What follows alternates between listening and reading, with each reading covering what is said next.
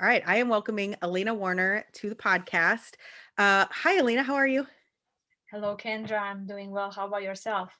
I'm good. I'm enjoying this weather today, being warmed up a little bit. I went outside. My office is really cold. It's in the basement. It's always cold, and I was pleasantly surprised when I went outside and it was warm. I was like, "Wow, Yes, maybe very spring will nice. come." It is. It's amazing. All right. So I am really excited to interview you and so excited to welcome you to the U Conferences stage as well. We have known each other for several years through our paths have crossed several times, I feel like. Indeed. And I absolutely love your story. So first tell us, go back to the beginning. Tell everybody where you're from.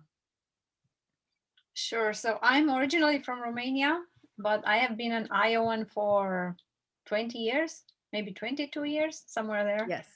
Yeah. So at this point, do you feel like you're equally an Iowan and a Romanian?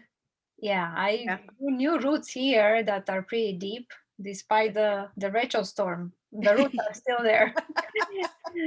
How did you guys fare after the storm? Did you have a lot? You said you still have construction going on right now, right? Well, the construction is not related to the ratio. That's Oh, done. So we were so and so, not as bad as other people. So I can't complain. The construction now it's related to a bathroom remodeling. That doesn't oh. have to do with the ratio. So we're good. Well, you for sure sound like a real Iowan because every Iowan I know was like, "No, I mean, we did okay. Not as bad as some, so we were fine." And I had a friend of mine, actually, you probably know her, Melissa Miller. Do you know Melissa from Yes. Office Evolution? She Mhm. said that, and she like literally had half of her house destroyed. Oh wow. No, And I'm no, like, that wasn't the same here. No. "Oh." I was like, "That's just what Iowans say. They will always like they every time they will humbly take a seat because someone else has it worse." I feel Well, like. yeah, and now we compare ourselves with Texas. It's like, oh, the ratio wasn't that bad. Man, isn't that the truth? Well, I Mhm. was fascinated to learn where you were from. We worked on a project together when you were working on putting a trip to your home country together for people here. And I got the pleasure of helping you with that project and learning a lot about your home country. And it's now on my bucket list of places to visit, which it never was before. So I'm really glad that I got to learn that from you. You came to the US, if I remember right, through college in Michigan, right? Are you That's where I came as a visitor. okay. And I came back, I finished my college, and I actually got married to a guy from Michigan. And then So after finishing my undergraduate in Romania, I came to US. I spent a little bit less than a year in Michigan, and then my husband graduated, and he got a job in Iowa, and we both moved here with a car full of stuff. That was about as young life. college students, so you've both spent your entire like adult careers, post college here in Iowa. And so what was the job that he got? What brought you guys to this part of the US? He graduated with an engineering degree and he got a job in Iowa City as a manufacturing engineer. And that also put me in contact with the University of Iowa. So I really like that um, vibrancy of Iowa City, that college Yeah. town with lots going on during the weekend, with various restaurants. We made friends. Um, and put me so close to the University of Iowa that I decided I should get a degree.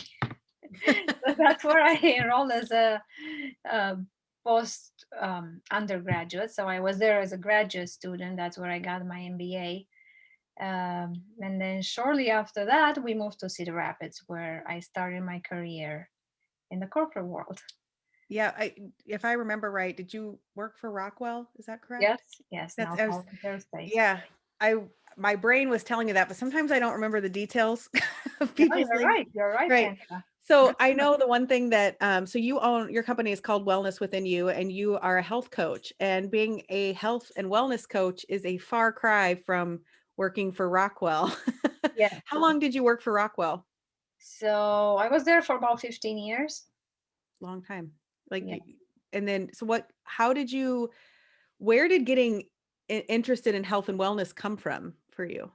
Um, it's it's a convoluted story, I would say, because I always wanted to instill healthy habits in my kids, and I was into pretty healthy cooking, um, trying to get my kids to stay away from the junk food, trying not to bring snacks like the bad snacks into my house, and also reading all kinds of articles, the importance of vitamin D, Mediterranean diet, and trying to apply this to my family. And then I also run a volunteering class at Jackson Elementary. That's where my kids were in elementary school. It was called Healthy Choices. And I was so excited to teach like colorful snacks to kids. Not something um, scientific, but something where they can apply. Like we made skewers with a bunch of fruits, and we talked about the colors of different fruits. I think we even put a little bit of cheese and veggies, and that filled my bucket to see how receptive kids Mm. are to these healthy habits and to the healthy choices, what they put on their plate. We did some jumping jacks. We talked about movement and hydration. And then I realized, wouldn't it be nice if they would get to practice this? And then it hit me, knowing that they don't have much of a decision when it comes to shopping or cooking. Mm-hmm. So it's like, okay, there are the statistics telling us that kids are kind of doomed because it's the first time in many generations where we are seeing a reverse in the lifetime expectancy, one Mm. generation compared to the other, which is like totally abnormal to me. It's like, how can these kids live shorter lifespan? That's what is predicted than their parents. And this prevalence of adult diseases in childhood, like type 2 diabetes, high Mm. blood pressure in young people, that's another thing that's contributing to this bad trend. And it's like the only way to reverse that is to reach to the caregivers, to the Right. caretakers, to the parents, to the guardians. So I decided that as much as I want to help kids and lead healthy lives and reverse this trend, I actually need to work with the adults, because adults in their life, by shaping their habits to be healthy, they're more likely to impact the kids. Right. Right. So that doesn't mean that I suddenly jump from my project management and program management role into I'm going to teach kids and then I'm going to teach adults and I'm going to become a health coach. So it wasn't that simple.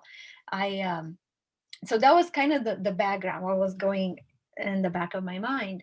But then I attended, it was very interesting. I think it was 2016 in spring. I attended an Iowa Women Lead Change conference. Mm-hmm. And it was a breakout session where somebody was talking, how about the next 5 to 10 years? And I did an exercise about values, my skills, what am I passionate? And there were two things emerging. One was a health coach, and one was tourist agent. Like I could take people to different countries or tell. Oh, yes. Yes. That was very interesting. And it's like, wow, that would be good. Maybe like as I approach retirement. Um, so that was another piece of this puzzle. And then I realized my schedule was becoming so busy. And I felt that I was sandwiched between everything that was going on at work, my kids' activities, my role as a wife and a mom, and my role in the kitchen, because I do spend quite a bit of time in the kitchen. I try to cook things from scratch, and I could barely breathe, like in between all this. So I decided I wanted to dial down my role in the sense of switching to a part time position, and I Mm-hmm. tried that. And at that time in corporate America, just so what was that? 2016. It was Yeah. a little bit less flexibility, and it was Yeah. not the option of working remotely like we have now during COVID, because that would have gave me some flexibility. Sure. That didn't work. I did the request. My boss did try to make it work, and it kind of somewhere upper level it got stalled.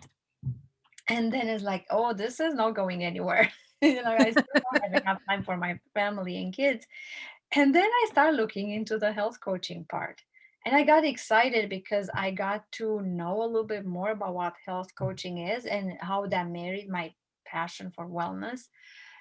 And that And seed was you planted. got yourself certified, correct? Like you're a I got certified health. myself certified, yes, in 2016. And then I started talking about, okay, I got myself certified while I was working full time.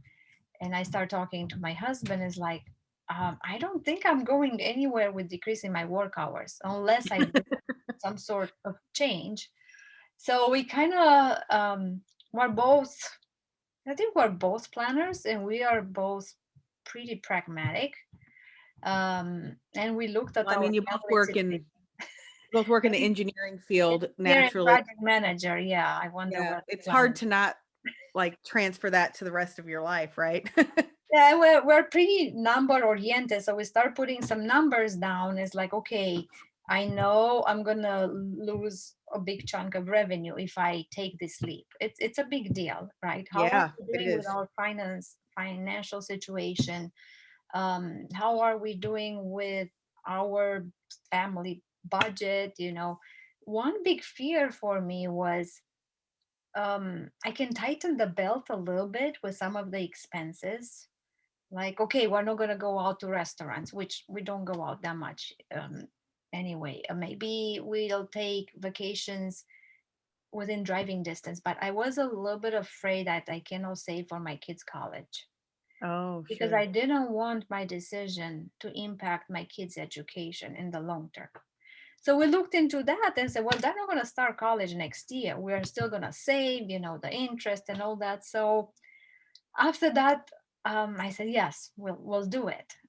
Actually, he calmed me down on the financial part because that was my biggest thing, is like um, kind of half of the revenue would be gone because we were kind of making the same Yeah. salary. Like, and when you work in for a corporate job, like a good corporate job, I mean, your salary is I mean, to walk away from it seems almost irresponsible, you know? I can understand that 100%. Yeah, so the fact that I had him as a solid soundboard where it says, come on, we can do it, this is your passion, you'll have more time to spend with the family, you'll be less stressed, um, you follow something that you love. Not like I didn't hate my job, Right. but I didn't have the same passion. And I Well, and kept, when you have to trade that time away for your kids, like as a mom, that really starts to pull at your heartstrings when they start having activities that you don't get to be a part of, or, when you, I know sometimes I felt like when my kids were smaller, like everybody else's parents got to volunteer, for the school stuff. Like, so, if you don't have the opportunity to do it because you're working, then that guilt can get intense, I feel. yeah, and then you kind of think, okay, I'm gonna have to leave earlier because I have to take my daughter to gymnastics. When am I gonna make that time? Make it up. Mhm. So it was always kind of, okay, I I take a chunk from here. When do I put it back? Yeah. And it was more that compression of time. It's like, oh, when can I breathe? I mean, I'm fine. I'm still not missing much, but it's like I'm just running, running, running kind of thing. You end up losing sleep because you've got to be to work that much earlier or put time in at night or yeah, yeah, Yeah, I I'm got like, okay, this is my fifth lunch this week that I have to go works through. So I'm gonna eat really quick and jump on a meeting or take care of an email because I'm leaving earlier and I have to make up time for whatever gymnastics practice or whatever. yeah. Yeah, that's tough. So you mentioned your husband and like having that support system and that sounding board. And I think, that part of being an entrepreneur when you take that leap is whether it is like a husband or, friends or, a mentor or something. And you almost really do need somebody to mm, proverbially push you off a cliff and be like, no, it's going to be okay. You can do it. Mhm. And I remember I've talked to you about this before that you said that was just such a huge decision. Like you wanted the time freedom, but you didn't, it was hard to leave the financial security. So here now it's been 4 years and I've had the opportunity to hear you speak many times. And one of the things that's really interesting about you as a coach is like you are always looking for the next thing to help make nutrition easy for people. That's what I've always noticed. When I remembered while you were talking the first time I met you was at Beyond Rubies. Mhm. You had or that's another women's conference locally, and you had a table set up there, and you had some kind of a snack, some sort of a healthy, like, um one, like those little oat clustery healthy snacks. I don't remember exactly what it was. Something that you could quickly pop in your mouth and it was full of protein and some carbs and whatever. And I remember you handed out the recipe too, I think, and just talked about how simple it was. Like you could literally make this in 10 minutes with a few ingredients and then, have a really healthy snack. Yeah, Is it that might what have you been the protein shake. I think I don't know if I had the recipe, maybe but yes, I appreciate things that are simple and healthy, and I yeah, try maybe. to share that. Yeah, and do you find that that's the kind of clients that you're working with, that people that are just having a hard time making it easy? Making Some of them, yes. Some of them, it depends on their age group because if they have kids, they are kind of split between, okay, my kids like this, my husband likes this, and I like this, and we are Mm, trying to compromise. So having something that's practical, healthy, easy to make, it always helps, especially younger moms. yeah, As people become empty nesters, they might be more adventurous with their choices. So they might want to experiment with more sophisticated, healthy recipes and kind of make it fun. Maybe impress their spouse, maybe they impress a girlfriend coming over for dinner. So I kind of see it both. yeah, yeah. So tell me, like, what kind of programs, or what do you just help with nutrition? This is what I'm asking. Or do you help with other types of balance in people's lives with health? Tell me So what you're sometimes as a health coach, I have to clarify what I am not. So thank you. maybe Yeah. that will bring a little bit of clarity. I am not a personal trainer. I'm not a I'm not qualified. There are so many people that are so talented in that area. I'm also not a dietitian. I'm not a nutritionist. I cannot really tell you how many calories are in a banana. Other people could tell you. I know an avocado is about 200, but I give that example because I tell people not all calories are created equal. Right. So when I give the avocado thing, I know I researched it because of that thing. But other than that, I'm not a nutritionist. What I am as a health coach, I like to help call myself a master of habit um, change, Oh, because as a health coach, we work on your kind of your daily routine, daily habits, and that's not just the nutrition part. Food is a big part, so healthy food is huge.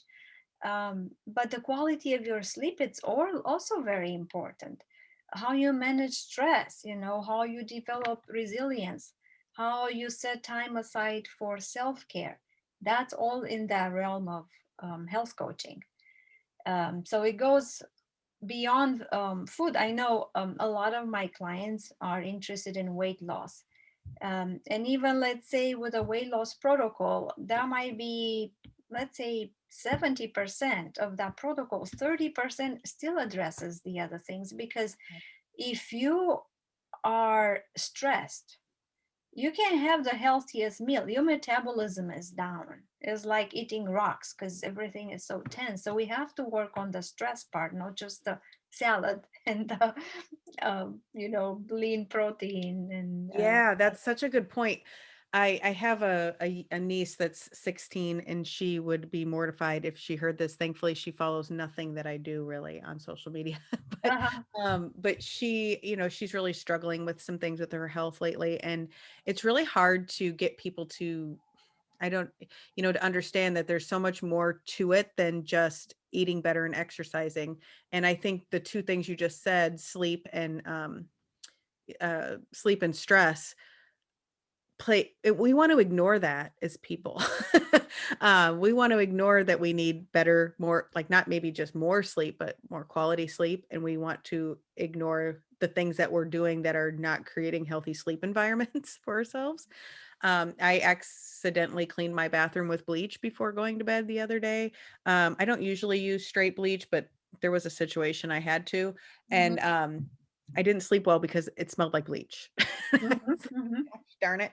But and then the stress part, I've started learning about cortisol and how when you have stress, it dumps cortisol, that hormone into your system, and how much that really plays a role in all kinds of things. Mhm. So when you go to it, if you're not, I know so many people get so frustrated about, putting eating healthy and exercising and not losing weight. Do you find that they're just not addressing the stress often? Yeah, yeah. Then hormones could be out of whack because of that. And Sure. if you dig deeper, and this depends really from a client to a client, you might find some um, relationships that are not healthy. So of course, it's this cycle. They Yeah. struggle with some relationship, they're stressed, and therefore self care kind of plays a minimal role where it should be really a very important role in their life. And then you can't just say eat this and you'll feel better. It's not just that, it's really this comprehensive approach, or I should say a holistic approach. And another thing I tell people, transformation doesn't happen overnight. Gosh, wouldn't that be great if it did? It's not like you push a button, it's not like an on off thing. Mhm. Transformation happens with small steps and they all add up. There is this saying that small hinges open big doors. Oh, That's for a reason, because let's say maybe you start with hydration. All I'm asking you to do, Kendra, I'm gonna pick on you. I don't know how that's much perfect. water you drink per day. All I'm asking you is start your day with 2 glasses of water and try to make it 8 by the end of the day. That's all I'm asking you. I'm not asking you to go to the gym. I'm not asking you to eat rabbit food, salad, kale, and all that. Let's master this one habit, and then we'll add the next. Do you find that there's a lot of bad habits lurking in people's day that they don't even realize are a bad habit? Like I know one of my bad habits is picking up my phone before I get out of bed. Hmm. Like Hmm. I know it's a bad habit. I know I need to change it. I know I need to put the phone out in the other room. Listen, I know, but do you find that like that's those types of habits are kind of lurking in people's days and wreaking havoc on all of this stuff in their life? I think we all have our amount of bad habits. I don't think anybody's perfect. I have my bad habits. So it's like, Don't tell I'm not everyone. trying to compare if your bad habits are worse than my bad habits, but part of that goal setting, part of the consultation, we talk about what they want to change. And when you Mm, talk about that, those habits are coming up. Like, yes, I'm snacking. I'm eating late at night.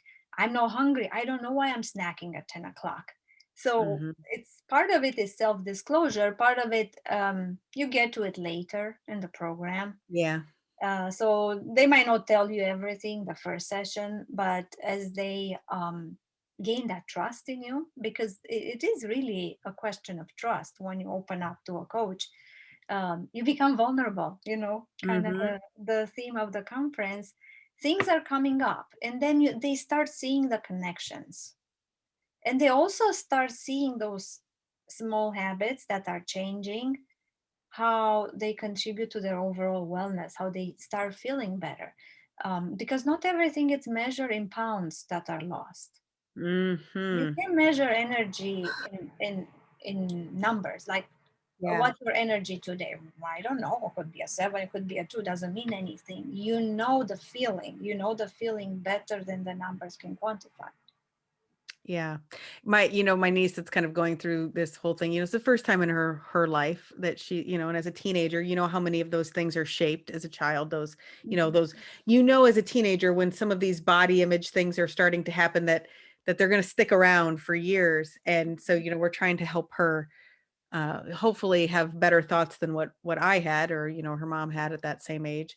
But I just said to her today, because she was thinking, I don't something that she said made me think she was looking for a magic pill, which she totally is looking for a magic pill. Mhm. And I said, I really wish I could tell you that these problems will be fixed tomorrow.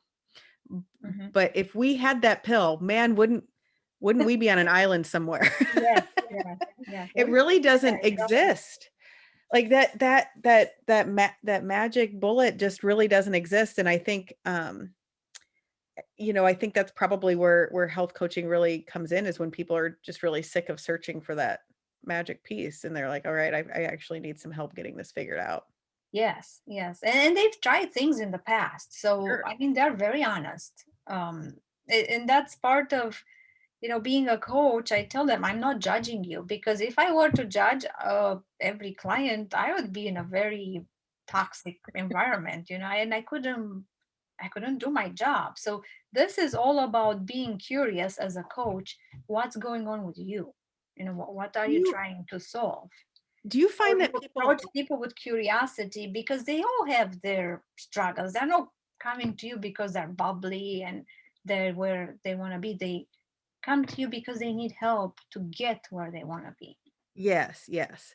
Do you find that once people say some things out loud, to another person, that really starts to kind of open up the conversation too about like, I was talking to a friend yesterday and I was like, gosh, I think I just needed to say that out loud. Like I'm struggling with this. It was, not just something I'm struggling with. And she was like, yeah, sometimes you just need to, I guess. Do you find that's the case with a lot of your clients? Yeah, so part of it is, maybe people talk to themselves. Why can't I do this? Why can't I lose weight? Why can't I drink less alcohol? And then when they talk to someone else, we also dig a little bit deeper. The why, why is this habit there? Why are you eating ice cream at 10 o'clock? What's happening? And why do you want to change? So that's a big deal, because Mm, if you just say, oh, well, how much do you want to lose? You want to lose 10 pounds? You want to lose 20 pounds? That's not necessarily a constructive discussion. It's more of, imagine yourself at your ideal weight, whatever that weight is. How would you feel? Why do you want to feel like that? right. Wow, that's good stuff. What is so I got to ask how, you said you kind of originally got interested in health and wellness because you wanted to influence your kids. And you have two daughters, right? Yes. And they must be teenagers now. Like Yes, full 11th on. grade and 8th grade. Yeah, I was like they've got to be full on teenagers now because I remember one was kind of just approaching being a teenager when Mhm. we worked together a few years ago. But so, do you feel like the work you've done has really influenced them or I sometimes I see it in my kids when I'm influencing them, and sometimes I'm like, "Do they listen to me at all?" How do you feel about it? It's a little bit of a tug of war. So I think people have this expectation that my kids eat so healthy. Um, and then my kids have the image of every other kid has better snacks that they have. So my reputation as a mom is terrible. I think my daughter was taking pictures of my pantry, sending them to her peers and say, look, there is nothing in my house to eat. I was like, come on, there's tortilla chips, there's salsa. Just because we don't have potato chips, that doesn't mean, look, there is salted almonds. Oh, so I must have a very bad reputation on Snapchat, I think, in the teenager group. But it's like, well, but My you gosh. didn't show them the freezer. There's actually Oh. ice cream in my freezer. It Oh, makes me laugh because, it doesn't matter how hard you try as a parent and how hard you try to influence your kids positively. They will find wherever you're lacking and they will just shove it in your face, won't they? yeah, yeah. But I have a They're fun. pretty thick skin, so it's always like, why do you have to be a health coach that doesn't buy potato chips? It's like, well, occasionally I buy potato chips. Why can't we have so and so popcorn? It's like, because we can make our own popcorn. We have a popcorn machine, and I buy organic popcorn. Or so there's always something. Always But something. I have to give in. And especially if we travel, if we are on vacation, uh, they have more freedom. I mean, we occasionally stop at the fast food when we have an 8-hour drive somewhere. What can you do? Sure. Yeah. Well, I have a rule with my kids that now that they're older, now when they're younger, it was even stricter, but that they have to eat something healthy before they go to school. I always, I have cannot even imagine being a teacher. But I was thinking like all the kids, especially the little ones that show up having eaten like pretty much just sugar and dairy before Yeah, before they go to school and then the teacher having to like manage that and then them all being starving at 10:30 because yeah, they didn't eat yeah, enough. And I remember when my daughters got into like probably second or third grade and the first time they got like probably in their lives truly hungry before lunch because whatever they had wore off. So we have like a rule about like, I don't care if you eat cereal. I don't keep a lot of super sugary cereal or anything like that, but you have to eat something healthy. You've got to eat like, some sort of protein, yogurt, avocado toast, something that's like has some level of nutrition in it before you go to school. And I've heard them complain about it too. And I thought, someday you will be so grateful that I instilled that habit in Yeah, you. yeah, we still have hope. Or sometimes they tell me, so and so, you should see her lunch. It's like, well, I'm not her mom or dad. It's like Yeah. every family has different rules. That's right. Where I will tell you where it's backfired on me. I've worked really hard to expose my kids to new flavors, textures, tastes, and we've done that since they were very small, and it's turned out well, except for the fact that by the time they were probably 9 and 11, they loved sushi. And I'm just going to warn all the parents out there. Um, when your kids love sushi at that age, they will eat you out of house and home if you don't learn how to make sushi yourself, or even if you did, Oh, it's interesting. expensive. Uh-huh. So I was like, wait a minute, that backfired. Because we went out for sushi one time and they just ordered, but it was so much. I was like, never again. It was a lot of money. It's like, Empty your okay. wallet, yeah. Yeah, I was like, all right, next time the sushi is going to be the appetizer and y'all can eat some rice for the dinner. Okay. Yeah, yeah, That'll be that. But it's really good. But I know it's so hard. And I do love that you want to influence the adults, because you're right. They're that next generation. And it's our fault if our kids aren't living as long as we are, because, and I think it goes to convenience mostly. mhm, yeah, It's convenient. It's hard to, cook for multiple people that are complaining that they don't like this or that. And yeah. it's, and you don't get past that unless you can influence the parents to struggle through it. I, I remember telling my kids you wouldn't starve when, when I made something they didn't like, and they'll say, well, my friends don't have to try everything. Yeah, Well, you the do. friends. It's interesting. Every other mom is better than my mom when it comes to the food I, choices or Yeah. And I'm calling them out on that. I think most moms are probably trying to yeah. make the best choices out there for their kids and all that. Anyway, all right. So as far as like, I wanted to revisit this your transition from being, corporate America to working for yourself. And now you've been, what, this is year 5 for you then? Four. Or year 4. Okay. Like math. Um, how have you well, I always know, the first couple years being in your own business, like there's so much doubt. It's so hard to start off and to make that transition, and to wonder if it's going to pay off. So I have 2 questions. Like, what were your strategies, or how did you cope with that? Like, looking back, what helped? And then now, how do you feel about making that choice? Are you glad you did it? So the strategies, I can tell you, we got some pretty good business training from the Health Coach Institute, where I got my health coaching certification. They had a whole section about marketing and starting your business, and that was very helpful. So for me, it was um, kind of finding the courage to network, to go to all these Mm. events and say, "Hi, my name is Alina.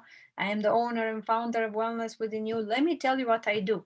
That was hard because it Yeah, put me on the spot. I didn't have to market a product that was a corporate product. I didn't have to lead a project where people kind of knew what the project was about. I had to say, "Hey, this is my baby. Let me tell you about my baby," kind of thing. you had to sell yourself. And I had to sell myself. And it's not like you sell yourself for an interview, because you do that, when you want to apply for a job. And it's a different thing because you have to tell people how you solve their problems, how with your expertise, you can help them get to the healthiest version of themselves, Right. or as a life coach, how you can be that person that can help them reach their life goals. So it's different than what you do in an interview when you just apply for a position. Right, right. Yeah. And I think learning how to market yourself, it is so much easier to talk about somebody else's product or service. You Yeah. talking, the company that you work for, you're being paid a salary to talk about that. Talking about yourself is really tough. Have you found it easier to get to do the networking as you've practiced? Oh, yes, yes, Yeah. certainly. But you have to get out of that comfort zone, especially Yeah. that first year, Yeah. um, just to market yourself, to establish connection, to keep growing your network, Yeah. um, Well, to and I feel like you also, when you're first getting started in business, people kind of have this like, they just don't know if you're going to stick around when you're new, so once you have an establishment of like, I've been doing this for 2, 3, 4, 5, 10 years, people like, it's just like clout that you build for yourself, and that first year when you're like, oh no, I have 2 months experience, yeah, you know, yeah. you don't feel it doesn't feel very confident to tell people, no, but I'm really serious about this. I promise. Yes, exactly. Yeah. And sometimes you get these things um, like, have you gone through this yourself? Have you tried to lose weight? Like, people want those things to be validated with your own experience. And that wasn't really my experience. Like, I didn't have like a phenomenal personal story about losing weight. So I was Right. like, man, I don't have that story. I don't regret it. I don't regret that I don't have that story. But kind of people want to look for that magic in yourself, Yeah. you know. Yeah. They Um, want you to be able to prove that you can take them from where they are to where they want to be. But I think like the magic in it is that it sounds like you've kind of had healthy habits built for a long time, and you want to give that same gift to people, for not only for themselves, but for their family, for the next generation. Like, that. yes, yes. And let me tell you the power of that first testimonial you get from a client. Oh my goodness, you feel on cloud nine. Because, like, Yes. see, I told you it's going to work for you. You know, How and long do clients typically work with you? um, typically it's 90 days, Okay. because so 90 days, about 12 weeks. What research shows that it takes a good 4 to 6 months to break a habit, and another four Wow. to six months to cement a habit. And then you're breaking multiple habits. So, kind of going back to your niece, I that might not be encouraging for a teenager because they want things fast. But Yeah. another thing is that habits tend to stick longer. So think about, do you want a yo-yo dieting, or do you want a longer program where you address one thing after another and you cement that habit and you add another good habit on the top of that, and then you're more likely to stick with it in the long term. Yeah, right. Yeah, I think that's true. And that that small changes over time and allowing it to build up. That's hard for all of us, teenager or not, 40-year-old or not, yo-yo dieter or not, all of that is so hard to do. And I think, having that accountability. So with a coach is probably that, I mean, that would be the thing that keeps you going. So do you tend to, you people kind of work with you in 90-day increments? And then do you find that most of them like that you'll end up working with long term, or do you feel like a lot of them kind of go off on their own and back and I forth? think a lot of them go on their own. Sometimes they need a little bit of boost. So I Mhm. also have a maintenance program. So the Oh, nice. maintenance program, it's typically 6 months. I should say 6 sessions, because how you want to distribute these sessions, it's up to you. We can meet every other week or we can meet every month. So there is that check. Are you still doing your homework? Are you still maintaining this? Because that's kind of what it is. You don't want to go back to the old habits. It's very tempting in some Right. cases.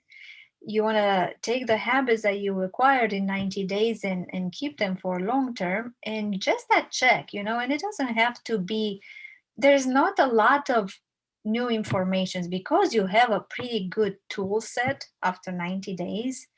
So Right. the maintenance program is not a lot of new information. Let me tell you one more tip. It's more of, how are you doing? What do you want to achieve? What's your goal for the next 30 days? And Right.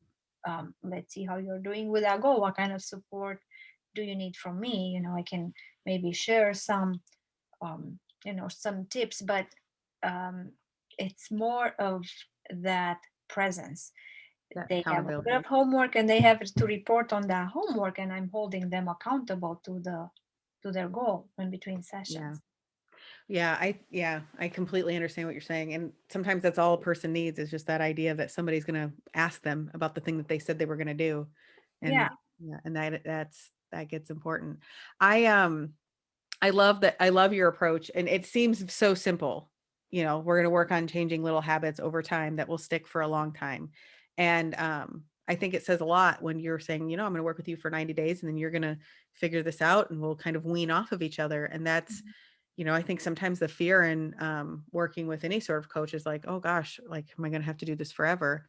Mhm. So just that, that you're there and available to them. When you first work with people, do you work with them? I mean, gosh, COVID must have really changed things for you. Cause I'm assuming you met with people in person most of the time Yes. before. Yes.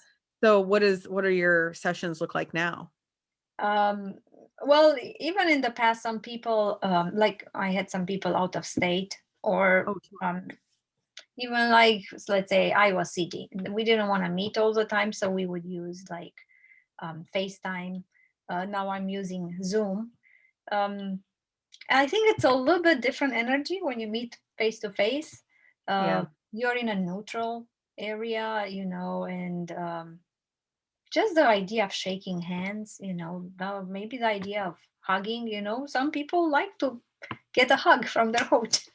So Yeah. not everybody, but it's like, oh, I felt really good. My client was happy today and she gave me a hug. She felt Yeah. really grateful. Um, it's different. It's that human touch that I think we all missed during COVID, but Mhm. it is what it is. You have to adapt. Yeah. So you're able to meet with people via technology and all of that. Are you looking forward? I was on a Zoom earlier today at an event, and the MC at the end said, "Well, next year we will definitely be in person." And I was like, "Wow, like we are that close to going back to normal, but I wonder what normal will actually look like and how many virtual things will stick out of convenience, Hmm. and how many will I just think we have so many more options available to us now with all of these virtual options that there's one program I'm in that will continue to meet in person monthly, but Hmm. our weekly meetings will continue virtually. And I'm so excited for that because I don't know, that next week just comes so quick and it's just nice Yeah. to be able to jump on the Zoom and not have to uh, drive somewhere or whatever. So yeah, Yeah. I love that. I mean, I think we're learning a lot through all of this, but I'm ready for it to return to normal. I'm Yes. sure you are too. Yes. Me too. Um, I was, I mean, I know tell everybody before we go a little bit about what they can expect from your session. Yeah, so my session, it's Unleash Your Personal Power. This is kind of from my life coaching realm. And I forgot to mention before, when you said how my clients progress from one program, do they repeat it? Mhm. Sometimes my clients go from the wellness program to the life coaching program. It's Yeah. really interesting, um, because they have good intentions, but they don't set their priorities right. And when you don't make time for all this wellness stuff to apply those tools that you have in your toolbox, you don't get the same results. And then when you start getting clarity around your goals, you kind of know what to say yes and what to say no. That's part of the health coaching program, sorry, life coaching program. Then you start seeing how you have more time for yourself and then how your wellness starts playing a more important role. So, kind of going back to this unleash your personal power, uh, the idea behind this session is to have you focus on your goals and make a first step, because at the end of this breakout session, you will have one action item and I will hold you accountable to that one action item. And it could be something that relates to a business. So, let's say you want to start your business. Maybe that action item could be you need to research this particular resource. For me, SCORE here in Cedar Rapids has been a very good resource. Maybe you need to make a phone call. Maybe you need to sit down with your partner or spouse and have that crucial conversation. Where do I want to go from here? But a lot of that implies, being vulnerable, realizing where you are, and being transparent around that. And also letting go of self-doubt, kind of shut all the negative voice in your head that says you can't do this, too risky, not sure if you're going to be good, you're successful where you are, why would you let go of that security and jump into this thing? So there's a lot of that, I think, that's going on in people's minds when they embark on a new endeavor. Yeah, yeah, I agree with you completely, and I think that that's it's just that first action that's often the hardest one to take. We often look at the big picture and see all the action steps and have no idea how we're going to get there. But it kind of happens naturally when you take that first step, and that's we all need somebody to push us into that first step sometimes. So I love that you're going to be able to do that for our people. And I will be linking your Facebook page and your LinkedIn page and all of that to the program notes of this. Is there anything else that you'd like to share before we uh, say goodbye? Why couldn't I think of what I was saying?